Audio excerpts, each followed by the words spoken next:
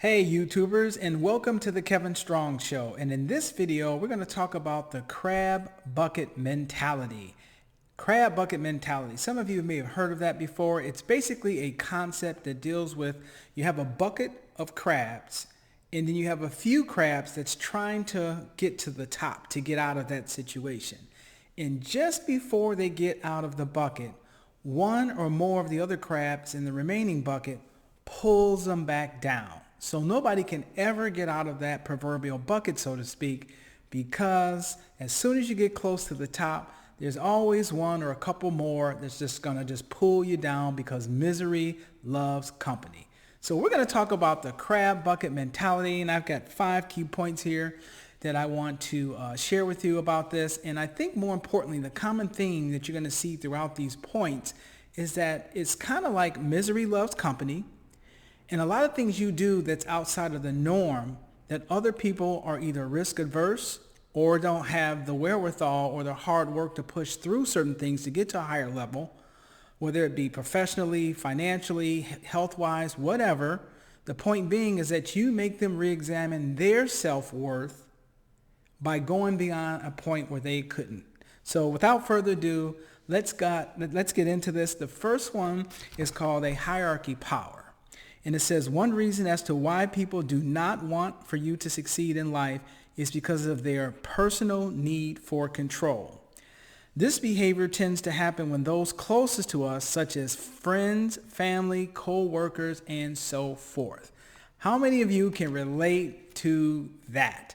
Some of the closest people in your inner circle are some of your biggest critics or biggest detractors. There's a motivational speaker that was prominent, Les Brown, for saying, people, listen up. No one basically can affect your mindset. Somebody's opinion of you does not have to become your reality unless you absorb it into your psyche.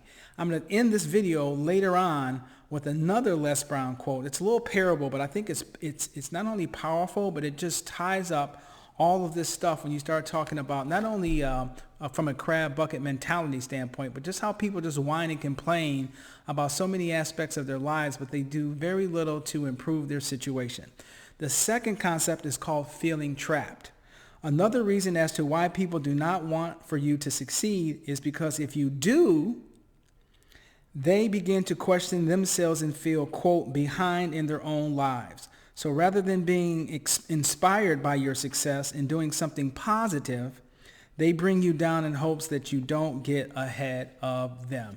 And that's what I was saying earlier about re-examining your self-worth, or they try to minimize or make a passive aggressive like, oh, well, I guess you finally got successful, huh? It took you 2 bankruptcies. What difference does it make? A lot of people don't know that the original founder, Colonel Sanders of KFC, didn't start that international company until he was 66 years old. So it's never too late, but it's just funny, once again, how some of your closest people in your inner circle will be some of your biggest detractors. Concept number 3 is called past regrets. In some instances, some people have reached some people have reached hard for their dreams only to fall short, oftentimes through no fault of their own, right? 95% of most small businesses fail within the first 5 years for various reasons, but there's a high failure rate for those who want to go out and seek entrepreneurship. Most people are comfortable with a paycheck. There's nothing wrong with that, but there's a whole nother different mentality when you start talking about putting your finances and your livelihood on the line and not counting on a check every 2 weeks. And when that doesn't work out, someone who's never experienced that, those are the ones that are quickest to say, see, this is why I have my security.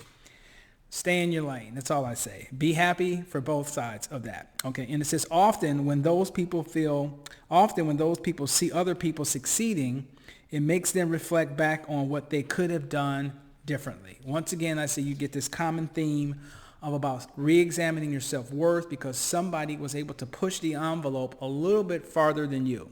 The fourth concept is called hidden anger. Some people that notice your success will recognize all of the hard times that you may have had to endure to get to the point that where you are. They will understand that your success came with much sacrifice.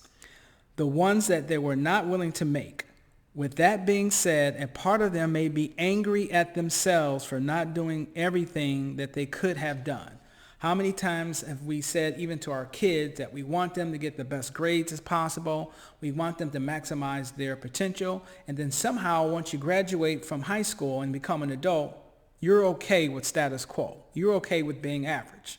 So it's perplexing to me how you advocate maximum productivity from your children, but you don't expect to get that from yourself. You don't have that same amount of accountability for yourself as you do your children. I think that's that old saying when people say you live vicariously through your children.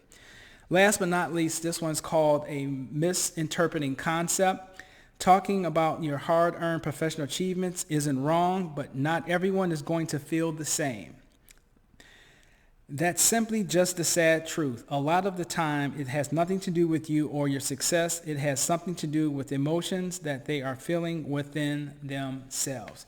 So that's why they say birds of a feather flock together. I was having a conversation with a good friend of mine that I've known for over 30 years, and we're talking about the mindset. And he really didn't understand my perspective on that for a while, and then he finally admitted, he said, "Hey, Kevin, I know exactly what you're talking about." And I said, "Hey, when you start talking about, six figures and trying to get to that next level beyond that, 95% of the time," I told him, "the only people who disagree with some of these concepts that I feel that are dear to my heart, that I'm obsessive about, is always somebody in the middle class on down. It's never the person with the house on the lake, right? That's flying first class and has everything." And I don't mean from a materialistic standpoint, but they've achieved, they've stretched their capacity to maximize their own God-given talent. And they know some of the sacrifice and long gratification that comes along with that. So they don't push back when you start talking about, hey, you have to come out of your comfort zone and you have to do things that you're not comfortable with. And if not, that's okay. But there's an economic reality with status quo opposed to taking a big risk. So as promised, I'm going to wrap this video up. But before I do, I want to give you a parable that I got from Les Brown. I'm going to kind of paraphrase this, but this is quintessential information in terms of how so many people just complain and never do anything about their particular situation. So here's the setup to this parable. There's an old man on a porch, and he has a dog lying next to him. And the dog is yelping and hollering. It's just in agony. So one of the neighbors about 5 houses down finally comes up in front of this house where the owner and the dog is at. And the neighbor says, "Hey, man, I heard your dog screaming and yelling 5 houses down. What's wrong with him?" And the owner said, "Don't worry about it. He's lying on a nail." And the nail's about 3-4 inches thick, right in his belly. And then the neighbor says, well, goodness, man, if he's in that much pain and I've been hearing him screaming for the last hour, why doesn't he just get off the nail? And the owner kind of looks at the dog and shrugs his shoulders and looked at the neighbor and says, "I guess it doesn't hurt enough." So that story, obviously, you get the gist of it, right? Some people will whine, complain, the B word, and do absolutely nothing about their situation.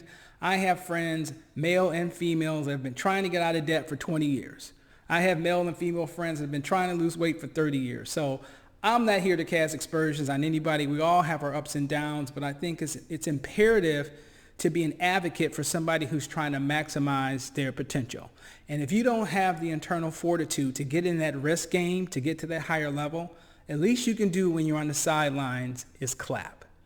This was the Kevin Strong Show. I hope you enjoyed this unique video, and I hope to see you in the next one.